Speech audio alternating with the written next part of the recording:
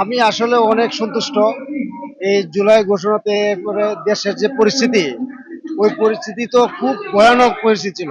মানুষ কথা বলতে পারে নাই। এখন তো আমরা স্বাধীনভাবে চলাফেরা করতেছি, এবং কি দেশের যে একটা আপনার প্রত্যেকটা মানুষ মানে রাস্তায় নামে কথা বলতে পারছে স্বাধীনভাবে। এটা খুব সামনে নির্বাচন হইলে আরো আমরা ভালো মানে খুশি হব আর কি, ভালো লোক আসলে। আসলে উনা তো সামনে আমরা যতটুকু বুঝতেছি ভালো একটা নির্বাচন দিয়েই উনা চলে যাবে, এরকম একটা আমাদের এই জনগণ এরকম বুঝতেছে। অনেকেই ভাবতেছে নির্বাচন হবে না, কিন্তু আমরা ধারণা করছি এক ভালো নির্বাচন হবে, সঠিক একটা নির্বাচন হবে ইনশাল্লাহ, আশা করি। না, এই সংস্কারও দরকার, নির্বাচনও দরকার। কারণ দেশের কিছু কিছু জায়গায় আপনার পরিস্থিতি তো খারাপ হচ্ছে মানে। আসলে আমরা তো আসন ভিত্তিক নির্বাচন হইলে ভালো, সারা জীবন যেটা হয়ে আসছে ওইটাই ভালো, এটা দেশের জন্য ভালো হবে মনে হয় না।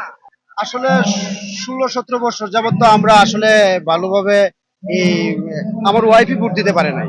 ভোট দিতে গেছে, ও ভোট হয়ে গেছে। এখন যদি আপনি মনে বর্তমানে হয় একটা ভোট নির্বাচন সঠিকভাবে হয়, তো ওইটার জন্য অনেকেই বলতেছে আর কি, মানে সঠিক ঠিক আছে এগুলা। আপনার একটা নির্বাচন হলে আসলে মানুষ গণতন্ত্র ফিরে আসবে এই আর কি।